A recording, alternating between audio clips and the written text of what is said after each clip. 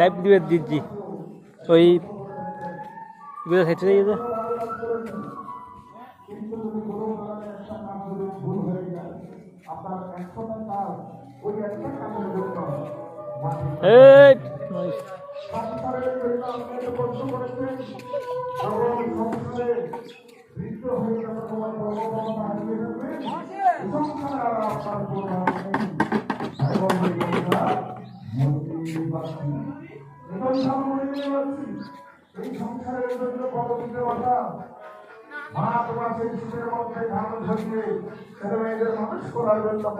কত কষ্ট করে মাঘ মাসের শীতে মাথার গাম পায়ে ফেলেছে, অথচ সেই পিতা যখন কর্মক্ষমতা হারিয়ে ফেলে, ইনকাম করার ক্ষমতা হারিয়ে ফেলে, তখন সেই পিতা মৃত্যু কামনা করে।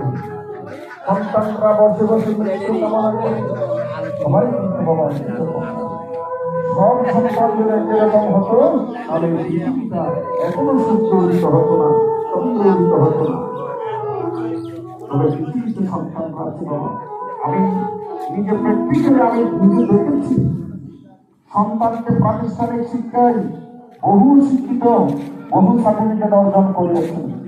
সন্তানকে প্রাতিষ্ঠানিক শিক্ষা দিতে গিয়ে ধর্মীয় শিক্ষাটা দিয়ে যখন সন্তান বড় হয়েছে, সন্তান বড় হওয়ার পরে সন্তান লক্ষ টাকার উপরে, এটা আমার পরিচিতর মধ্যে একজন, নাম বলছি না কারণ লাইভ চলছে, সেজন্য লক্ষ টাকার উপরে বেতন পাই, অথচ বৃদ্ধ মায়ের, বৃদ্ধ অসুস্থ মায়ের ভাই হয়নি নিজের ভাষা।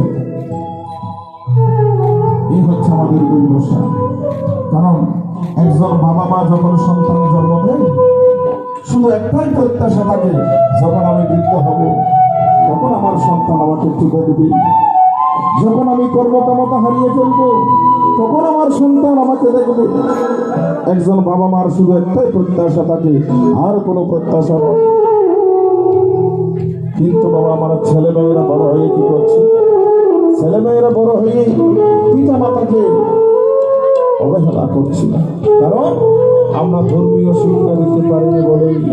এতে কিন্তু আমি ওই সন্তানের দোষ দেবো না বাবা, এতে আমি দোষ দেব মা বাবার দোষ।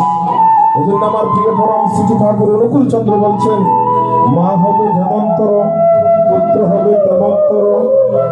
মা যদি ভালো হয় পুত্র ভালো হবে, আর মা যদি খারাপ হয় তাহলে বাবা পুত্র খারাপ হবে। আগে বীজ ভালো হতে হবে।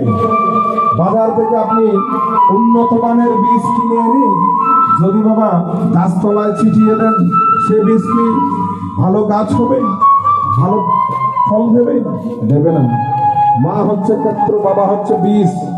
আর সে বাবা এবং মাকে ভালো হতে হবে, ক্ষেত্রটা ভালো হতে হবে, জমিটা ভালো হতে হবে। ভালো বীজ হলে ভালো জমিতে রোপণ করতে হবে, তবেই ভালো ফসলের আশা করা যাবে। মা হবে যেমনতর, পুত্র হবে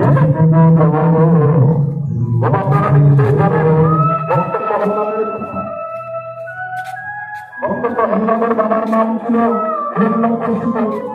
তিনি একজন অসুর ছিলেন, ভক্ত প্রহ্লাদের চিন্তা ভাই ছিল।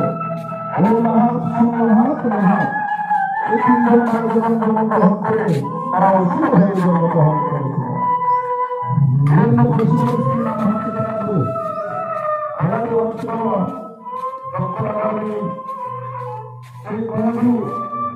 ভালো করে চিন্তা করবেন। আমার একটা চিন্তা সন্তান হয়েছে, এক করে চিন্তা সন্তান হলো তারা নিজের ভেবে জন্মগ্রহণ করেছে, কিন্তু আমার মেহরবানি মশহুর চিন্তার হবে না। এখন নিজের কাছে কেঁদে কেঁদে তিনি চাইছিলেন যেন আমার ঘরে একজন কৃষ্ণ ভক্ত সন্তান করতে হবে। তাহলে কৃষ্ণ ভক্ত সন্তান করতে আমি কাছে আমি কাছে তোমার কাছে আমি কিছু চাইনি, ওরা চেষ্টা করবো আমি ওরা